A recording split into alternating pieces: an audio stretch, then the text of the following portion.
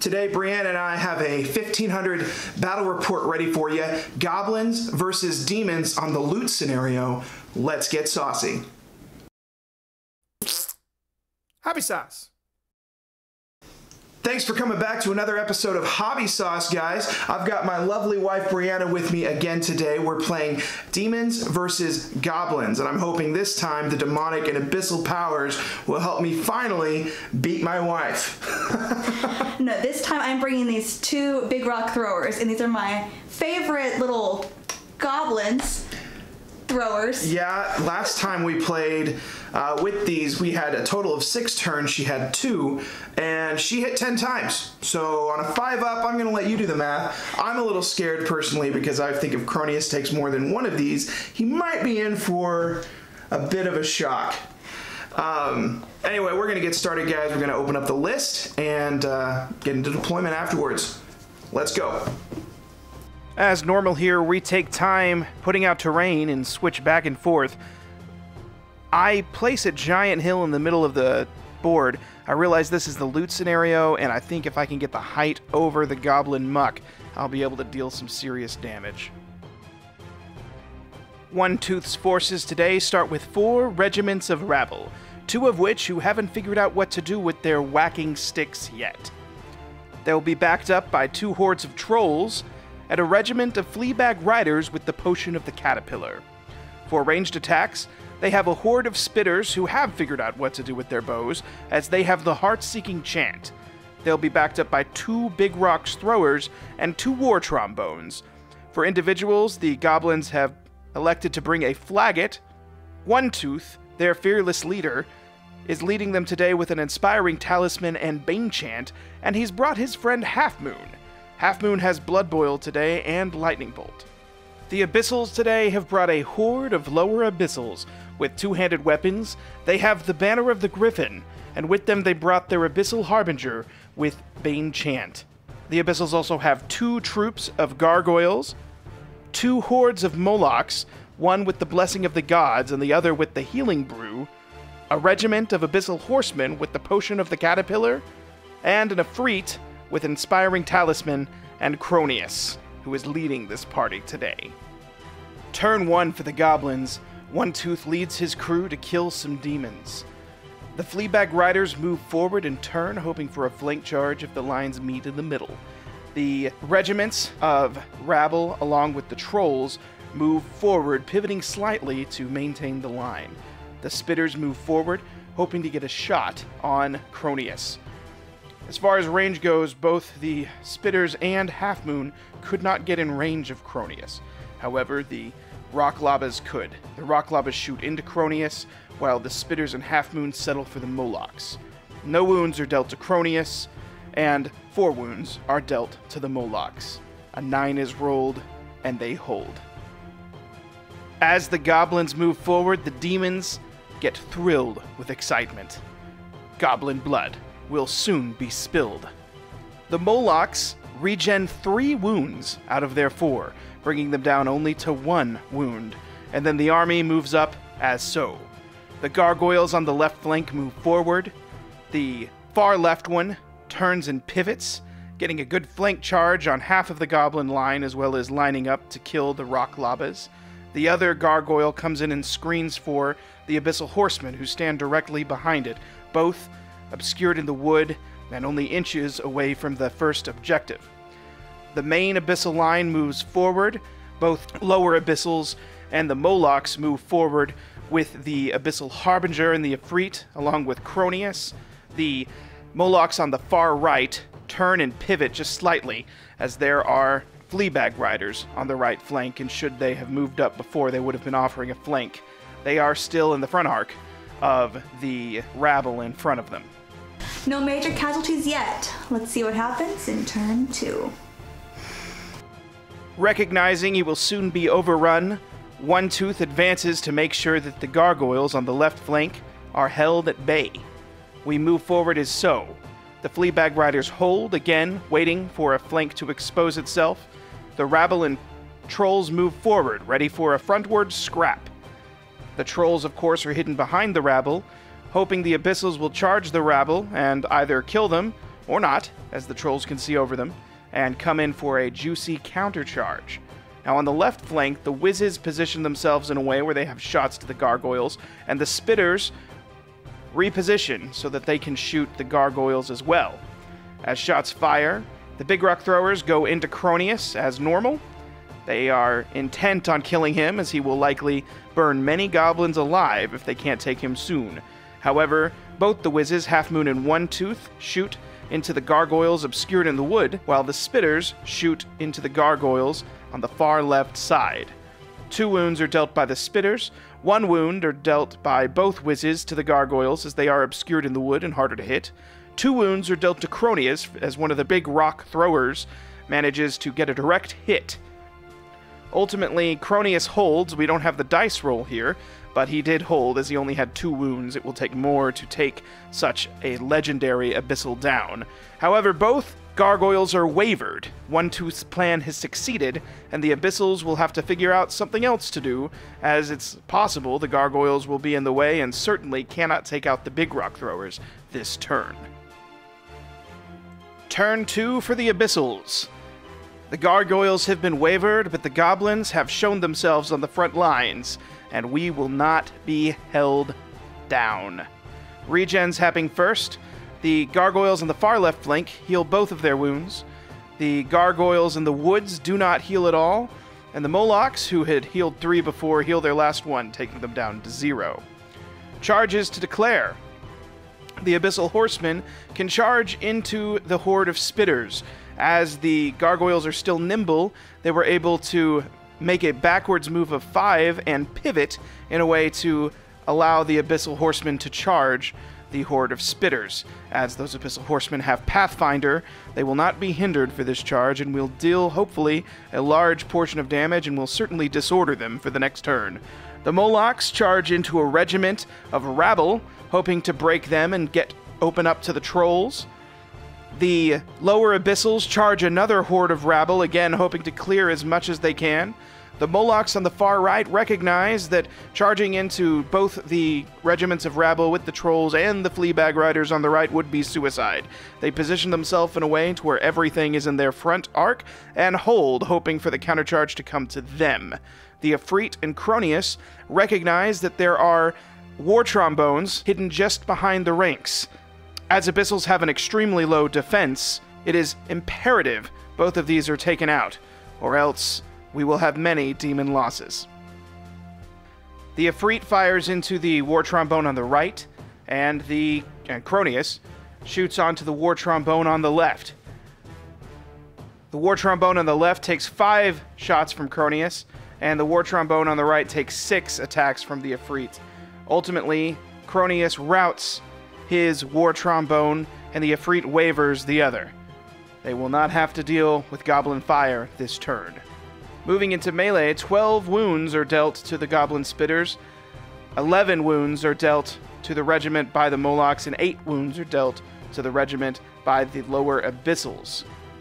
The abyssal horsemen waver their horde of spitters. It is a horde, and it may take 2 or 3 turns to take such a large force down. However, the Molochs, blessed by the gods, are easily able to rout a regiment, and the lower abyssals, although rout the regiment the first time on the second roll, fail to hurt them. They actually hold this turn. Goblin blood has been tasted. Their positioning doesn't look terrible, and hopefully, in the future, we'll be able to deal some great wounds to the goblins. Demons are raining fire down on the goblins. Let's see if they can handle the heat in turn 3. One Tooth recognizes that the firepower from the Abyssals cannot be sustained. They're going to have to take out Cronius as quickly as possible, as he's height 4 and can see over all of the goblin chaff. He orders all of his men to charge into the Abyssals, while he combines his strength with Half Moon and the Rock Labas to take out Cronius. However, sometimes goblin orders aren't always heard correctly, and while the first rabble of goblins heard their order correctly, the other 2 misheard their charge and failed their yellow belly check, failing to charge. Fleabag Riders also hold, as nothing has changed on the far right flank. All firepower is concentrated onto Cronius so that he can be killed. The rock lava is hit, and Half Moon finishes off with Blood Boil after One Tooth hits him with a lightning bolt. Ultimately, 11 wounds are dealt, and he is wavered. He was originally routed with the roll of 11, however, since he is inspired by the Harbinger to the right, he held with the roll of 5. He is wavered, however, and will not be able to shoot next turn. 7 wounds were dealt to the Molochs by the Trolls, 3 wounds were dealt to the lower Abyssals by the regiment of Goblins. The Trolls are able to waver the Molochs, however, demons are furious individuals and will not be held back in combat if you hit them. Those Molochs, although wavered, will charge back next turn. The lower Abyssals are a horde, and 3 wounds is not enough to deal much to them at all. They laugh at the Goblins in their puny attempt at an 11 roll, and will charge them back, teaching them what it costs to hit demons. The demons have the Goblins exactly where they want them at the beginning of their turn 3, up close and personal. They'll regen and then begin their onslaught. The Gargoyles with their toe in the woods do not heal their 1 wound. The Molochs with 7 wounds only heal 1, and the lower Abyssals with 3 heal 1, bringing them down to 2. Charges happen all over the place this turn as the demons onslaught onto Goblins, hoping to see much green blood spilt. The Gargoyles charge into the Big Rocks Thrower. The Abyssal Horsemen charge into the Spitters, hoping to finish them off this turn. The Molochs, hit by the Trolls, strike back with fury. The lower Abyssals charge the regiment of Rabble, hoping to destroy them. And the Molochs, realizing that they'll never do anything if they don't charge something, charges the Rabble on the left, hoping to destroy it and then turn to take one hell of a charge to the right. However, the Abyssals behind it will be able to hold them off afterwards. The Ifrit moves up to the hill. As height 3, he can see over and finish off that War Trombone that he started last turn. And the Gargoyles to the far left move forward to take the objective hidden in the wood. We are here for Abyssal Relics, so we might as well take it. Shots are fired from the Ifrit into the War Trombone, and 5 wounds are dealt, bringing it up to an 11.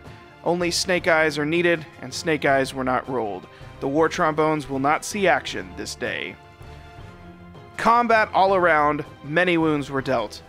The Abyssal Gargoyles, hitting War Machines and Vicious, deal 8 wounds to their Rock Lava. The Abyssal Horsemen deal 10 wounds to the Spitters, bringing them up to 22.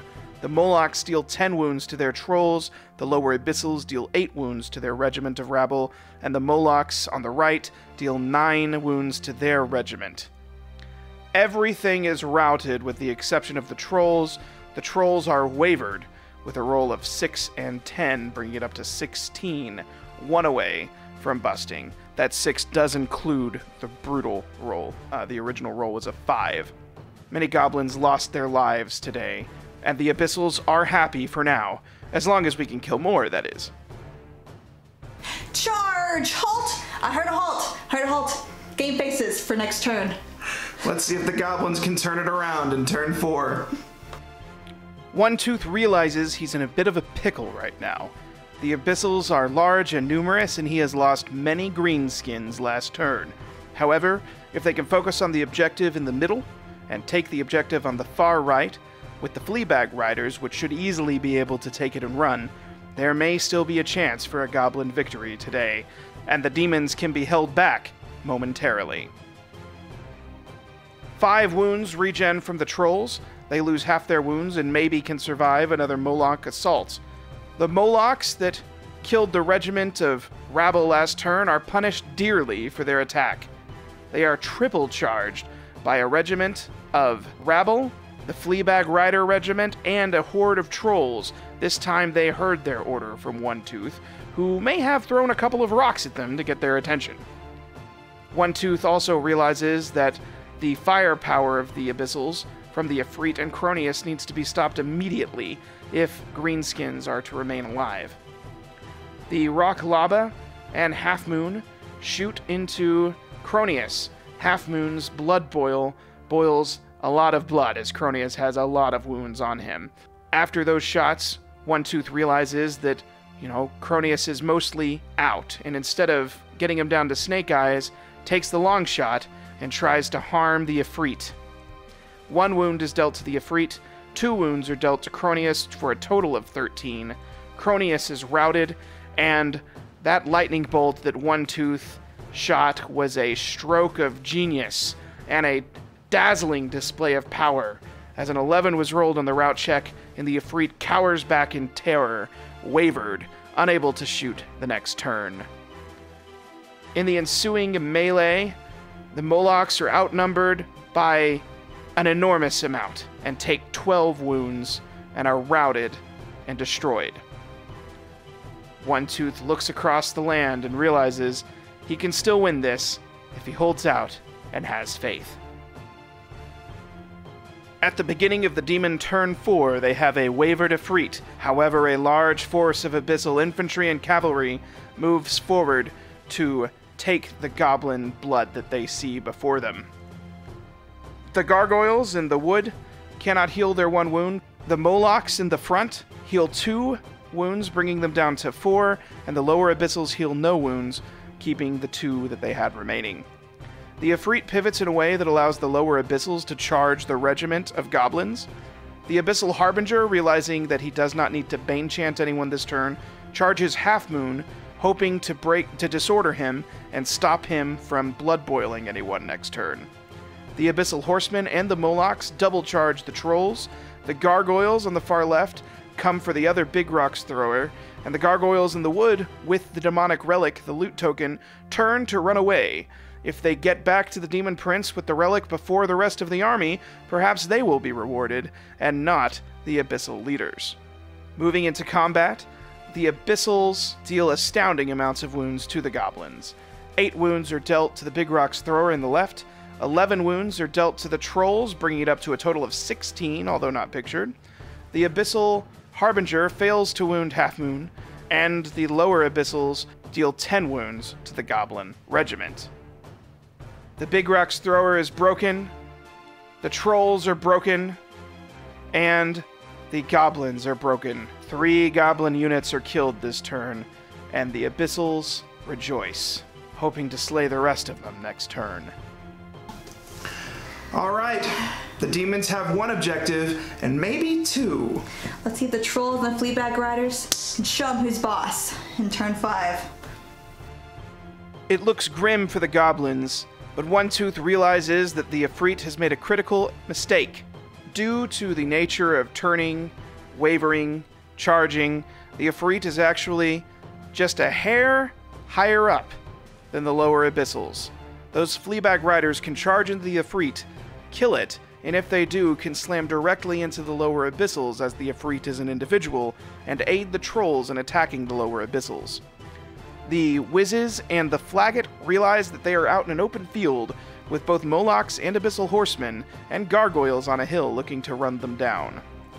As such, the Fleabag Riders charge the Ifrit, the Trolls charge the lower Abyssals hoping for Fleabag Riders' supports, and the individuals move out. Half Moon moves to the left and back to get out of the arc of the Molochs. One Tooth moves backwards to get out of the range of the Molochs, and the Flagot makes the ultimate sacrifice and stands in front of the Abyssal Horsemen so that they won't be able to get to either Whiz. The Abyssal Harbinger can still come and attack either one of them, however he only gets 1 attack and hits on a 5, so they'll just have to hope on their goblin luck that they don't succumb to his wounds.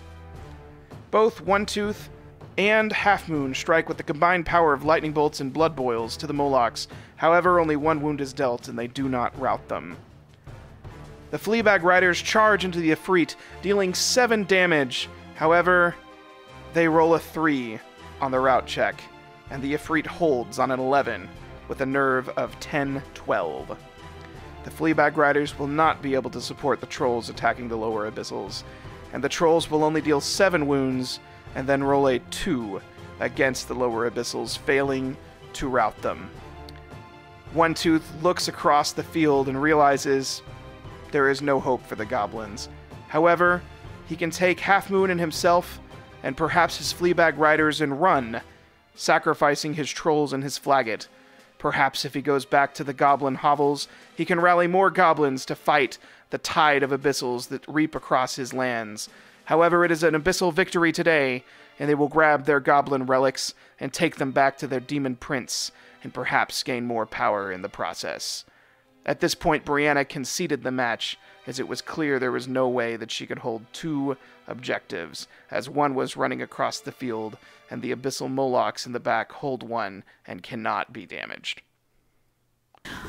We did not lose this battle. Instead, we saw some crazy people on another hill looking at us funny, so we decided to head over there. Victory! The demons win. The demons win. I beat my wife. I'm excited. I beat my wife. I will say our biggest downfall at the beginning, or middle, I guess, was when we yellow-bellied. We decided to practice our war faces instead of, attacking. Yeah, I'm sorry, but demons aren't really going to be very scared of little puny green skins. Sorry about that. From the get-go here, I had that hill, and when we were placing terrain, I put it right in the middle of the table, and I knew we were on loot, so I thought, maybe if I can get my Efreet over here and then Cronius on the other side, I'm going to be able to shoot over all that stuff, because goblins are really good about just muddying up everything. But if I can pinpoint the war trombones, the wizards, and I can just shoot them off, I knew I had more melee than you did. My Moloch should beat your trolls, one-on-one at least, and 4 regiments, sure, maybe you're going to get something, but I thought if I can just make you devote enough power to that center, I'd be okay. It was a sad day. It was a great day for the demons, not going to lie. Did you have anything else you wanted to add? Rock throwers did what they needed to do, generally, until they killed Cronius. Until they got killed by gargoyles on the side. They can't handle it. I will say rock lobbers did what they were supposed to do this time, not what they have done in the past when she plays them. And he also took over my war trombones. They did not have a chance to do their job at all. Pretty cool with that. Fireballs to the face. Pretty cool with that. Yeah, they held. They tried their hardest. They tried. It was not enough. It was not enough. The green skins have failed. But thanks for coming back to us again, guys. We'll get more of these battle reports to you. And just be sure to stay tuned. Stay saucy. Happy sauce.